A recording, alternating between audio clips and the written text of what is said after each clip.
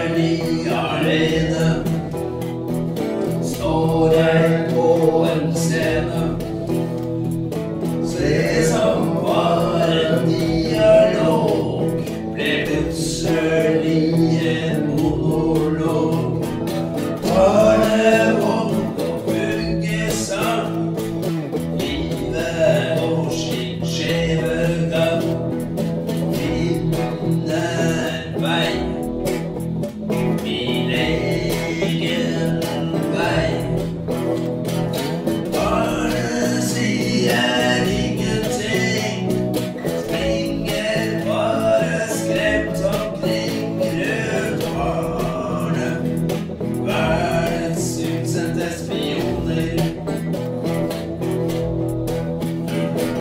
Pappa, pappa, pappa, passer på deg. Pappa, pappa, pappa, passer på deg. Kjære milde vakter, alle bratte bakker. Opp til pappas tryggeborg, det langt å gå.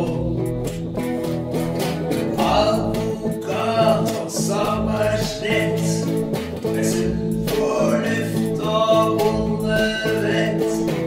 Over du ikke latt, ikke særlig ratt.